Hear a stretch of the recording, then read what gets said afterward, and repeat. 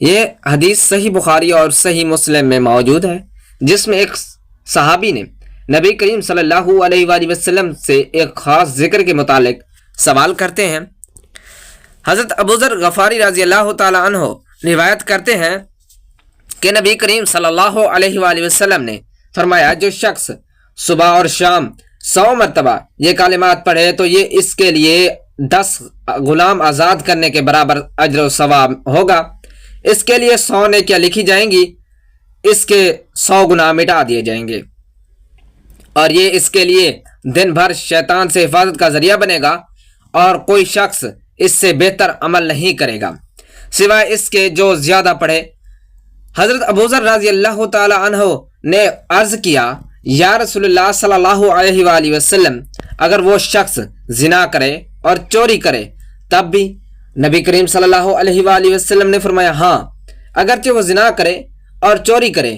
حضرت ابوذر رضی اللہ تعالیٰ عنہ نے 3 بار یہی سوال دہرایا، اور ہر بار نبی کریم صلی اللہ علیہ وآلہ وسلم نے یہی جواب دیا۔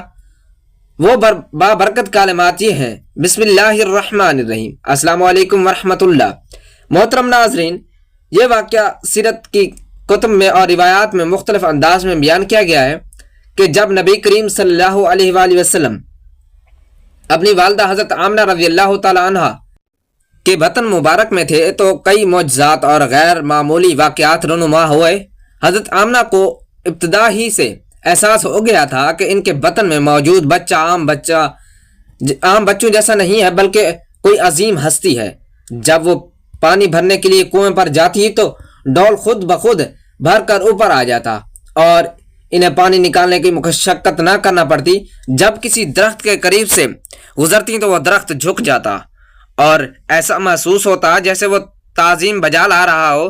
حضرت آمنہ کے ارد گرد کی فضا خوشبو سے معطر رہتی، اور ان کے بطن سے بھی ایک نور برآمد ہوتا۔ بعض روایات میں آتا ہے کہ حضرت آمنہ نے دیکھا کہ ان کے جسم سے ایک نور نکلا جس نے شام کے محلات کو روشن کر دیا تھا۔ اس نور کی روشنی اس قدر تھی کہ دور دراز کے علاقوں میں بھی اس کی لپیٹ میں آ گئے۔ بعض اہل علم کے مطابق یہ بشارت تھی کہ آپ صلی اللہ علیہ وآلہ وسلم کی نبوت کی روشنی مشرق و مغرب میں پھیلنے والی ہے۔ حضرت آمنہ کو دوران حمل کبھی کسی قسم کی تکلیف نہ ہوئی، بلکہ ان کا یہ وقت بہت آرام دہ اور سکون سے گزرا۔ عام طور پر حمل کے دوران عورتوں کو جو کمزوری اور دیگر مسائل لاحق ہوتے ہیں وہ حضرت آمنہ کو محسوس نہ ہوئے، بلکہ وہ خود کو پہلے سے زیادہ مطمئن اور ہلکا پھلکا محسوس کرتی تھیں۔ جب وہ چلتی تھیں تو زمین ہموار ہو جاتی تھی تاکہ انہیں کسی قسم کی دقت نہ ہو۔ عرب کے جید علماء اور نجومی پہلے ہی پیشن گوئی کر چکے تھے کہ اس سال ایک ایسا نبی پیدا ہونے والا ہے جو دنیا کو ہدایت کی روشنی سے منور کرے گا۔ یہودی علماء اپنی کتابوں میں ان نشانیوں کو پڑھ چکے تھے اور اس نبی کی آمد کے منتظر تھے۔ یہی وجہ تھی کہ نبی کریم صلی اللہ علیہ وآلہ وسلم کی پیدائش کے وقت یہودی علماء بے چین ہو گئے تھے اور عرب کے سرداروں کو خبر کرنے لگے تھے۔ جب ولادت کا وقت آیا تو حضرت آمنہ کو خواب میں مختلف بشارتیں دی۔ ایک روایت میں آتا ہے کہ حضرت آمنہ نے دیکھا کہ فرشتے انہیں خوشخبری دے رہے ہیں کہ وہ تمام جہانوں کے سردار کی ماں بننے والی ہیں۔ آپ صلی اللہ علیہ وآلہ وسلم کی ولادت کے وقت بیت اللہ کی عمارت ہل گئی اور تمام بت جو اس میں رکھے ہوئے تھے منہ کے بل گر پڑے۔ کیسر و کسرا کے محلات لرز گئے اور ان کے 14 کنگرے گر پڑے۔ فارس کا آتش کدہ جو 1000 سال سے جل رہا تھا وہ یکدم بجھ گیا۔ ساوا جھیل کا پانی خشک ہو گیا۔ آسمان کے ستارے زمین کے قریب آ گئے اور ہر طرف روشنی پھیل گئی۔ پھر وہ بابرکت لمحہ آن پہنچا جب اس کائنات کے سب سے عظیم انسان نبی کریم صلی اللہ علیہ وآلہ وسلم کی ولادت بعد سعادت ہوئی۔ آپ صلی اللہ علیہ وآلہ وسلم سموار کے دن فجر کے وقت عام الفیل کے سال 12 ربیع الاول کو مکہ مکرمہ میں بنی ہاشم کے معزز خاندان میں پیدا ہوئے۔ آپ کی پیدائش کے وقت حضرت آمنہ نے دیکھا کہ ان کے جسم سے ایک نور نکلا جس نے پورے عالم کو روشن کر دیا۔ حضرت عبد المطلب کو جب یہ خبر ملی تو وہ بے حد خوش ہوئے اور فوراً بیت اللہ میں جا کر سجدہ شکر ادا کیا۔ پھر واپس آ کر بچے کو گود میں اٹھایا اور نبی کریم صلی اللہ علیہ وآلہ وسلم کا نام محمد رکھا، جبکہ والدہ نے آپ کا نام احمد رکھا۔ یہی وہ مقدس ساعت تھی جب دنیا نے اپنے سب سے بڑے محسن اور اللہ کے آخری نبی کی آمد کا مشاہدہ کیا۔ آپ صلی اللہ علیہ وآلہ وسلم کی پیدائش کے ساتھ ہی دنیا میں نور پھیل گیا، ظلمت کے اندھیرے چھٹ گئے اور ایک نئی صبح کی ابتدا۔ جب حضور اقدس صلی اللہ علیہ وآلہ وسلم کی عمر مبارک 6 سال ہوئی تو آپ کی آنکھیں دکھنے لگی۔ آپ کے دادا حضرت عبد المطلب جو آپ سے بے حد محبت کرتے تھے، اس پریشانی میں مبتلا ہوئے کہ کہیں ان کے پیارے پوتے کو کوئی بڑی تکلیف نہ ہو جائے۔ اس زمانے میں جب کوئی بیماری لاحق ہوتی تو لوگ علاج کے مختلف طریقے اختیار کرتے تھے۔ ان میں سے ایک طریقہ یہ بھی تھا کہ کسی معروف اور ماہر غیب طبیب یا معالج کے پاس جا کر دم کروایا جاتا یا اس سے کوئی علاج کروایا جاتا۔ حضرت عبد المطلب کو کسی نے مشورہ دیا کہ ایک مشہور غائب ہے جو آنکھوں کے امراض کے علاج میں مہارت رکھتا ہے۔ چنانچہ حضرت عبد المطلب نے فوراً فیصلہ کیا کہ وہ اپنے محبوب پوتے کو اس ماہر طبیب کے پاس لے جائیں گے تاکہ ان کی آنکھوں کا معائنہ کرایا جا سکے اور جلد از جلد شفا یابی کی کوئی سبیل نکالی جا سکے۔ چنانچہ حضرت عبد المطلب نے آپ صلی اللہ علیہ وآلہ وسلم کو ساتھ لیا اور اس غیب دان کے پاس پہنچ گئے۔ جب وہاں پہنچے تو غیب نے آپ کو دیکھا اور پوچھا کیا مسئلہ ہے؟ حضرت عبد المطلب نے فرمایا کہ میرے پوتے کی آنکھیں دکھ رہی ہیں اور میں چاہتا ہوں کہ تم اس کا علاج کرو۔ اس طبیب نے غور سے آپ صلی اللہ علیہ وآلہ وسلم کو دیکھا اور کچھ دیر تک خاموش رہا۔ اس نے حضرت عبد المطلب سے کہا کہ میں آپ کے پوتے کی آنکھوں پر کوئی دوا یا تعویذ لگانے سے قاصر ہوں۔ حضرت عبد المطلب حیران ہوئے اور پوچھا کہ کیوں؟ اس پر راہب نے کہا کہ یہ بچہ عام نہیں ہے، اس کے چہرے پر ایک خاص نور اور ایک الگ ہی شان ہے۔ میں کسی بھی قسم کی دوا یا منتر پڑھ کر اس پر اثر انداز ہونے کی جرات نہیں کر سکتا۔ یہ سن کر حضرت عبد المطلب کو مزید یقین ہو گیا کہ ان کا پوتا کوئی عام بچہ نہیں بلکہ ایک خاص مقصد کے لیے دنیا میں آیا ہے۔ وہ آپ صلی اللہ علیہ وآلہ وسلم کو اپنے ساتھ واپس لے آئے اور اللہ تعالیٰ سے دعا کی کہ وہ ان کے اس نور نظر کو ہر بیماری اور ہر تکلیف سے محفوظ رکھیں۔ کچھ ہی دنوں میں اللہ تعالیٰ کے حکم سے آپ صلی اللہ علیہ وآلہ وسلم کی آنکھیں بالکل ٹھیک ہو گئیں اور آپ کسی بھی طرح کی تکلیف سے محفوظ ہو گئے۔ یہ واقعہ اس بات کا بھی حمایت تھا کہ اللہ تعالیٰ نے ابتدا ہی سے اپنے محبوب بندے اور آخری نبی کریم صلی اللہ علیہ وآلہ وسلم کو ہر نقصان اور ہر آفت سے محفوظ رکھنے کا انتظام فرما رکھا تھا۔ محترم ناظرین، حضرت فاطمہ بنت قیس رضی اللہ تعالی عنہا فرماتی ہیں کہ میں نے رسول اللہ صلی اللہ علیہ وآلہ وسلم کو ممبر پر بیٹھتے ہوئے فرماتے سنا ہے۔ مجھے تمیم داری نے ایک واقعہ بیان کیا جو ان کی بات کا مطابق اس بات کی تصدیق کرتا ہے جو میں نے تم سے دجال کے بارے میں بیان کرتا رہتا ہوں۔ تمیم داری ایک عیسائی تھا، بعد میں مسلمان ہوا۔ اس نے مجھے بتایا کہ وہ 30 افراد کے ساتھ سمندر کے سفر پر روانہ ہوا اور دوران سفر ان کی کشتی طوفان میں گر گئی اور 1 مہینے تک سمندر میں بھٹکتی رہی۔ پھر وہ ایک جزیرے میں جا پہنچے۔ وہاں انہوں نے ایک عجیب خلقت جانور دیکھا جو زیادہ بانوں والا تھا، یہاں تک کہ اس کا چہرہ اور جسم پہچاننا مشکل۔ ہم نے اس سے کہا کہ تم کون ہو؟ اس نے جواب دیا میں جساسہ ہوں، جاؤ اس آدمی کے پاس جاؤ جو غار میں ہے، وہ تمہارا خبر کا مشتاق ہے۔ ہم ڈرتے ڈرتے اس غار میں پہنچے تو وہاں ایک مضبوط بندھا ہوا آدمی تھا۔ اس کے ہاتھ گردن سے بندھے تھے اور گھٹنے سے ٹخنوں تک زنجیر میں جکڑا ہوا تھا۔ اس نے ہم سے پوچھا تم کون ہو؟ ہم نے کہا عرب کے لوگ ہیں، سمندر میں کشتی میں سوار ہوئے، طوفان آیا اور ہم یہاں پہنچ گئے۔ پھر ہم نے جساسہ کو دیکھا اور وہ ہمیں تمہارے پاس لے آیا۔ پھر اس نے چند سوالات کیے، بسان کے کھجور کے بارے میں بتاؤ، کیا وہ بار آور ہو رہی ہے؟ ہم نے کہا ہاں وہ بار آور ہو رہی ہے۔ اس نے کہا قریب ہے کہ وہ نہ ہو۔ پھر اس نے پوچھا کہ تبریہ کے جھیل کے بارے میں بتاؤ، کیا اس میں پانی ہے؟ ہم نے کہا ہاں بہت پانی ہے۔ اس نے کہا قریب ہے کہ اس کا پانی خشک ہو جائے۔ پھر اس نے کہا نبی امیین محمد صلی اللہ علیہ وآلہ وسلم کے بارے میں بتاؤ، کیا وہ ظاہر ہو چکے ہیں؟ ہم نے کہا وہ مکہ سے مدینہ ہجرت کر چکے ہیں۔ اس نے پوچھا کیا عربوں نے ان سے جنگ کی؟ ہم نے کہا ہاں جنگ ہوئی اور وہ ان پر غالب آ گئے۔ یہ سن کر اس نے کہا یہی بہتر ہے کہ وہ ان کے تابع ہو جائیں۔ میں تمہیں اپنے بارے میں کہتا ہوں، میں مسیح دجال ہوں اور مجھے قریب ہے کہ نکلنے کی اجازت ملے۔ جب مجھے اجازت دے دی جائے گی تو میں زمین میں نکلوں گا اور 40 دن میں ہر جگہ جاؤں گا سوائے مکہ اور مدینہ کے، کیونکہ ان دونوں مقامات پر فرشتے ہیں جو مجھے داخل ہونے نہیں دیں گے۔ پھر رسول اللہ صلی اللہ علیہ وآلہ وسلم نے فرمایا یہ واقعہ میری بات کی تصدیق کرتا ہے کہ خبردار وہ شام یا یمن کے سمندر میں ہی نہیں بلکہ وہ مشرق کی طرف ہے، اور آپ نے مشرق کی طرف اشارہ فرمایا۔ بحوالہ صحیح مسلم۔ محترم ناظرین، جب نبی کریم صلی اللہ علیہ وآلہ وسلم کی عمر مبارک تقریباً 8 سال یا 12 سال ہوئی تو آپ کے چچا ابو طالب رضی اللہ تعالی عنہ تجارت کے سلسلے میں شام جانے لگے۔ کیونکہ آپ صلی اللہ علیہ وآلہ وسلم کو چچا سے بہت محبت تھی، اس لیے آپ نے ان کے ساتھ جانے کی خواہش ظاہر کی۔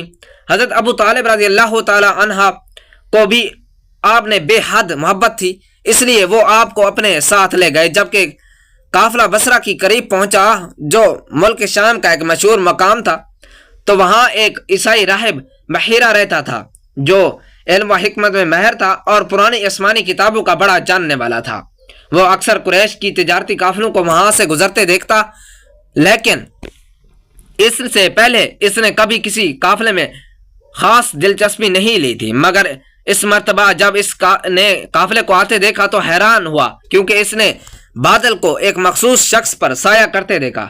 راہب کو معلوم تھا کہ پرانی کتابوں میں آخری نبی پاک صلی اللہ علیہ وآلہ وسلم کی نشانیاں لکھی ہوئی ہیں، اور ان میں سے ایک نشانی یہ بھی تھی کہ جہاں بھی وہ نبی جائیں گے بادل ان پر سایہ فگن رہیں گے۔ چنانچہ راہب نے قافلے والوں کو اپنے ہاں ضیافت کی دعوت دی۔ قریش کے تمام افراد اس دعوت میں شریک ہوئے، لیکن نبی کریم صلی اللہ علیہ وآلہ وسلم کو سامان کے پاس چھوڑ دیا گیا۔ بحیرہ نے سب کو غور سے دیکھا، لیکن وہ جس ہستی کی تلاش میں تھا اسے نہ پایا۔ اس نے کہا کہ کیا تم سب لوگ آ گئے ہو؟ قریش نے جواب دیا کہ ہاں ہم سب آ گئے ہیں۔ راہب نے کہا کہ نہیں، تم میں سے ایک شخص باقی ہے۔ تب قریش نے بتایا کہ ہم نے ایک لڑکے کو سامان کے پاس چھوڑا ہے۔ بحیرہ نے اصرار کیا کہ اسے بھی یہاں بلاؤ۔ چنانچہ نبی کریم صلی اللہ علیہ وآلہ وسلم کو بلایا گیا۔ جب آپ صلی اللہ علیہ وآلہ وسلم مجلس میں تشریف لائے تو بحیرہ کی نظریں آپ پر جم گئیں۔ اس نے آپ کو بغور دیکھا اور آپ کے جسم مبارک پر وہ نشان دیکھے جو گزشتہ کتابوں میں آخری نبی کے بارے میں درج تھی۔ خاص طور پر اس نے آپ کی پشت مبارک پر مہر نبوت کو دیکھا اور فوراً پہچان لیا، یہی وہ نبی آخر الزماں ہے جن کی بشارت سابقہ آسمانی کتابوں میں دی گئی ہے۔ پھر اس نے حضرت ابو طالب رضی اللہ تعالی عنہ سے پوچھا کہ یہ بچہ تمہارے ساتھ کیا تعلق رکھتا ہے؟ حضرت ابو طالب نے فرمایا کہ یہ میرا بیٹا ہے۔ بحیرہ نے کہا یہ تمہارا بیٹا نہیں ہو سکتا، اس کا باپ زندہ نہیں ہے۔ حضرت ابو طالب نے کہا کہ ہاں، وہ در حقیقت یہ میرا بھتیجا ہے، اس کے والد گرامی کا انتقال ہو چکا تھا جب یہ ابھی پیدا بھی نہیں ہوا تھا۔ بحیرہ نے کہا کہ تم نے سچ کہا۔ پھر اس نے حضرت ابو طالب سے کہا کہ تمہیں چاہیے کہ اس بچے کو فوراً مکہ واپس لے جاؤ، کیونکہ یہودی اور دیگر دشمن جب اسے پہچان لیں گے تو اسے نقصان پہنچانے کی کوشش کریں گے۔ حضرت ابو طالب نے راہب کی یہ بات سن کر فوری طور پر مکہ واپس جانے کا فیصلہ کیا اور آپ صلی اللہ علیہ وآلہ وسلم کو لے کر واپس آ گئے۔ محترم ناظرین، جب مکہ مکرمہ میں سخت قحط سالی ہوئی، بارش رک گئی، زمین خشک ہو گئی، جانور بھوک کے مرنے لگے اور لوگ پریشانی میں مبتلا ہو گئے، تو اہل مکہ کے تمام سردار اور قریش کے لوگ حضرت عبد المطلب کے پاس آئے۔ انہوں نے کہا اے عبد المطلب، آپ بھی ہمارے سردار ہیں، ہمارے بڑوں میں سے سب سے زیادہ صاحب عزت و شرف ہیں، ہماری مصیبت پر رحم کریں اور اللہ سے دعا کریں کہ وہ ہم پر بارش نازل فرمائے۔ حضرت عبد المطلب قریش کے لوگوں کی یہ حالت دیکھ کر بہت رنجیدہ ہوئے۔ پھر فرمایا بے شک اللہ ہی کی بارگاہ سے رحمت طلب کرنی چاہیے، میں اپنے ایک ایسے پوتے کو ساتھ لے کر جاؤں گا جس کی پیشانی سے نور نکلتا ہے، جس کے چہرے میں برکت ہے، جو اللہ کے خاص بندے ہیں۔ یہ کہہ کر حضرت عبد المطلب اپنے پیارے پوتے نور مجسم سید المرسلین حضرت محمد صلی اللہ علیہ وآلہ وسلم کو ساتھ لے کر نکلے۔ اس وقت حضور اکرم صلی اللہ علیہ وآلہ وسلم کی عمر مبارک بہت کم تھی۔ وہ اپنے دادا کے ساتھ چلتے ہوئے خوش نظر آ رہے تھے۔ جب یہ قافلہ خانہ کعبہ کے قریب پہنچا تو حضرت عبد المطلب نے دعا کے لیے ہاتھ اٹھائے۔ اے اللہ، ہم سب تیری بارگاہ میں حاضر ہیں، تیری رحمت کے طلبگار ہیں، ہمیں بارش عطا فرما، ہمارے حال پر رحم فرما۔ زمین بنجر ہو چکی ہے، مخلوق تیری رحمت کو ترس رہی ہے۔ ابھی حضرت عبد المطلب دعا مانگ ہی رہے تھے کہ اچانک حضور اقدس صلی اللہ علیہ وآلہ وسلم نے معصومیت سے اپنے دادا سے کہا، دادا جان مجھے بھی اوپر لے چلیں، میں بھی دعا کروں گا۔ حضرت عبد المطلب نے مسکرا کر فرمایا، بیٹا میں دعا کر رہا ہوں، اللہ سن رہا ہے۔ لیکن حضور اقدس صلی اللہ علیہ وآلہ وسلم نے پھر کہا، دادا جان میں بھی دعا کرنا چاہتا ہوں، مجھے اپنے ساتھ اوپر بٹھائیں۔ حضرت عبد المطلب نے جب محبت سے اپنے پیارے پوتے کو کندھوں پر بٹھا لیا، جیسے ہی حضور نبی کریم صلی اللہ علیہ وآلہ وسلم نے ننھے ہاتھ دعا کے لیے اٹھایا، اچانک آسمان پر بادل نمودار ہونے لگے۔ جو ابھی تک بالکل صاف تھا، لوگوں نے حیرت سے دیکھا کہ تیز ہوا چلنے لگی اور چند ہی لمحوں میں بادل چھا گئے۔ پھر جیسے ہی حضور نبی کریم صلی اللہ علیہ وآلہ وسلم نے ہاتھ نیچے کیے اور اب حضرت عبد المطلب نے آمین کہی، زوروں کی بارش برسنے لگی اور بارش اتنی تیز تھی کہ پورے مکہ میں پانی بہنے لگا۔ زمین سیراب ہو گئی، درخت ہرے بھرے ہو گئے، جانور خوش ہو گئے، لوگ خوشی سے جھوم اٹھے اور کہنے لگے، یہ وہی بابرکت بچہ ہے جس کی آمد سے رحمت برستی ہے، جس کی وجہ سے اللہ نے ہم پر کرم کیا۔ حضرت عبد المطلب نے خوشی سے اپنے پوتے کو گود میں لے کر چوم لیا اور کہا، یہی وہ ہستی ہے جو دنیا میں رحمت بن کر آئی ہے۔ محترم ناظرین، ایک عظیم راز جو گناہوں کو مٹا دے گا، کوئی ایسا عمل جو نہ صرف آپ کے گناہوں کو مٹا دے گا بلکہ آپ کو بے شمار نیکیوں سے مالا مال کر دے گا، ایک ایسا ذکر جس کے بدلے گویا آپ نے 10 غلام آزاد کر دے، ایک ایسا وظیفہ جو آپ کے دن بھر کے لیے شیطان سے حفاظت کرے گا۔ اور سب سے حیران کن بات یہ ہے کہ دنیا میں کوئی دوسرا شخص آپ سے بہتر عمل نہیں کر سکتا، سوائے اس کے جو اس ذکر کو آپ سے زیادہ پڑھے۔ یہ الفاظ میں دعویٰ نہیں بلکہ وہ مبارک الفاظ ہیں جو خود نبی کریم صلی اللہ علیہ وآلہ وسلم نے بیان فرمائے۔ یہ ذکر ایسا ہے کہ اسے پڑھنے والے اگرچہ بڑے بڑے گناہوں بھی ہوں گے، حتیٰ کہ زنا اور چوری جیسے سنگین جرائم، تب بھی اس کے لیے یہ ذکر مغفرت اور نجات کا ذریعہ بنا رہتا ہے، جب تک کہ وہ اپنے گناہوں کے ساتھ ہلاک نہ ہو جائے۔ یہ سن کر ایک جلیل القدر صحابی حضرت ابوذر غفاری رضی اللہ تعالی عنہ حیرت میں پڑ گئے، کیا واقعی اگر وہ شخص زنا کرے اور چوری کرے تب بھی نبی کریم صلی اللہ علیہ وآلہ وسلم نے وہی جواب دیا، اگرچہ وہ زنا کرے اور چوری کرے۔ یہ بات سن کر حضرت ابوذر غفاری رضی اللہ تعالی عنہ نے دوبارہ یہی سوال دہرایا اور پھر تیسری بار، لیکن جواب ہر مرتبہ وہی تھا، جیسے اس حقیقت کو مزید مضبوطی سے ذہن نشین کروایا جا رہا ہو۔ یہ ذکر، یہ الفاظ، یہ برکت کلمات جنہیں پڑھنا آپ کے لیے رحمت و برکت اور حفاظت کا ذریعہ بن سکتا ہے، وہ کون سے مبارک الفاظ ہیں جن کا یہ عظیم الشان اجر و ثواب ہے؟ آئیں ان الفاظ کی روشنی میں داخل ہوں اور اپنی زندگی میں ایک حیرت انگیز تبدیلی کا آغاز کریں۔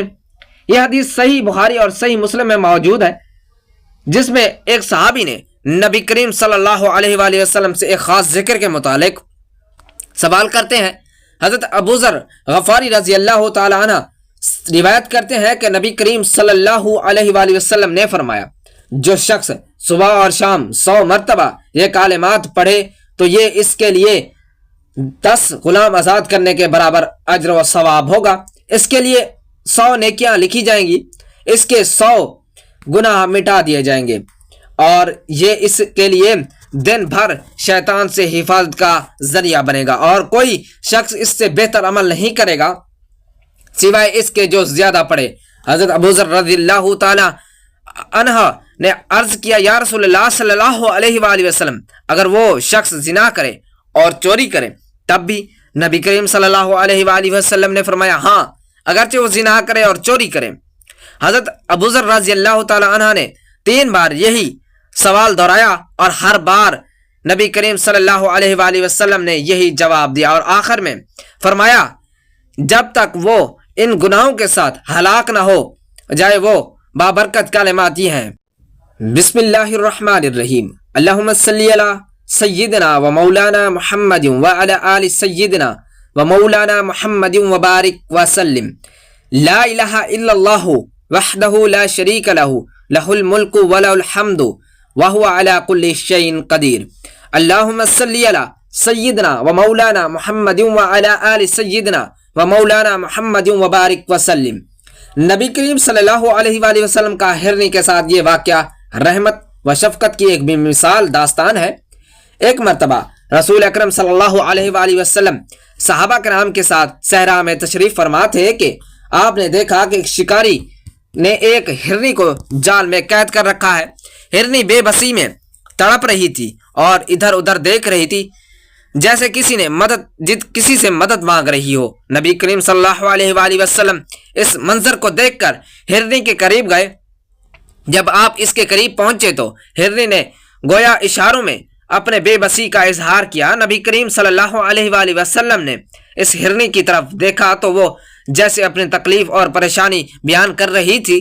نبی کریم صلی اللہ علیہ وآلہ وسلم نے اس ہرنی سے مخاطب ہو کر پوچھا کہ تجھے کیا پریشانی ہے؟ اللہ کے نبی کی رحمت سے ہرنی میں گویائی کی طاقت آئی اور اس نے عرض کی کہ اے اللہ کے نبی، میں ایک ماں ہوں، میرے چھوٹے چھوٹے بچے بھوکے پیاسے میرا انتظار کر رہے ہیں، میں اس کے لیے دودھ لے کر جانا چاہتی ہوں لیکن اس شکاری نے مجھے قید کر دیا، میں بے بس ہوں، اگر مجھے تھوڑی دیر کے لیے آزاد کر دیا جائے میں اپنے بچوں کو دودھ پلا کر واپس آ جاؤں گی۔ نبی کریم صلی اللہ علیہ وآلہ وسلم نے ہرنی کی اس التجا کو سنا تو آپ کا دل بھر آیا، کیونکہ آپ تمام جہانوں کے لیے رحمت بن کر آئے تھے۔ آپ نے اس شکاری سے فرمایا کیا تم اس ہرنی کو آزاد کر سکتے ہو؟ شکاری نے عرض کیا یا رسول اللہ صلی اللہ علیہ وآلہ وسلم، یہ تو میرا شکار ہے اور میں اسے چھوڑ نہیں سکتا۔ نبی کریم صلی اللہ علیہ وآلہ وسلم نے فرمایا کیا تم میری ضمانت کے لیے اسے آزاد کر سکتے ہو؟ شکاری نے کہا یا رسول اللہ اگر آپ ضمانت دیتے ہیں تو میں اسے جانے دیتا ہوں۔ آپ صلی اللہ علیہ وآلہ وسلم نے فرمایا میں ضمانت دیتا ہوں، یہ ضرور واپس لوٹے گی۔ شکاری نے نبی کریم صلی اللہ علیہ وآلہ وسلم کی ضمانت پر ہرنی کو آزاد کر دیا۔ ہرنی تیزی سے بھاگتی ہوئی صحرا میں گم ہو گئی۔ کچھ دیر بعد جب نبی کریم صلی اللہ علیہ وآلہ وسلم اور صحابہ وہیں تشریف لاتے اور بھی واپس آ گئی اور اس کے ساتھ اس کے بچے بھی تھے۔ ہرنی نے گویائی اپنی زبان حال سے کہا کہ میں وعدہ کے مطابق لوٹ آئی ہوں اور اس شکاری کی امارت میں واپس حاضر ہوں۔ یہ دیکھ کر نبی کریم صلی اللہ علیہ وآلہ وسلم نے شکاری کی طرف دیکھا اور فرمایا کیا اب بھی تم اسے آزاد نہیں کرو گے؟ شکاری جو پہلے یہ دیکھ کر حیران تھا اور نبی کریم صلی اللہ علیہ وآلہ وسلم کے حسن سلوک سے متاثر ہو چکا تھا، اس نے عرض کیا یا رسول اللہ میں گواہی دیتا ہوں کہ آپ اللہ کے سچے نبی ہیں اور میں اس ہرنی کو آزاد کرتا ہوں۔ نبی کریم صلی اللہ علیہ وآلہ وسلم نے ہرنی کی طرف دیکھا اور فرمایا جاؤ اللہ نے تمہیں آزاد کر دیا۔ ہرنی خوشی سے اپنے بچوں کے ساتھ جنگل کی طرف چلی گئی۔ یہ واقعہ نبی کریم صلی اللہ علیہ وآلہ وسلم ایک مرتب اور شفقت کی ایک عظیم مثال ہے کہ آپ نے صرف انسانوں کے لیے بلکہ جانوروں کے لیے بھی سراپار رحمت بن کر آئے۔ سبحان اللہ۔ اللہ تعالی ہم تمام مسلمان بہن بھائیوں کو اس ماہ رمضان المبارک کے عظیم برکتوں سے اپنی بے شمار رحمتوں سے ہمارے گناہ معاف فرمائے، آمین یا رب العالمین۔ ناظرین ویڈیو اچھی لگے تو ویڈیو کو لائک کریں، شیئر کریں، چینل کو سبسکرائب کریں اور کمنٹ باکس میں اللہ تعالیٰ کے 99 ناموں میں سے ایک نام ضرور ٹائپ کریں۔ اگلی ویڈیو تک کے لیے دیجیے اجازت، اللہ حافظ۔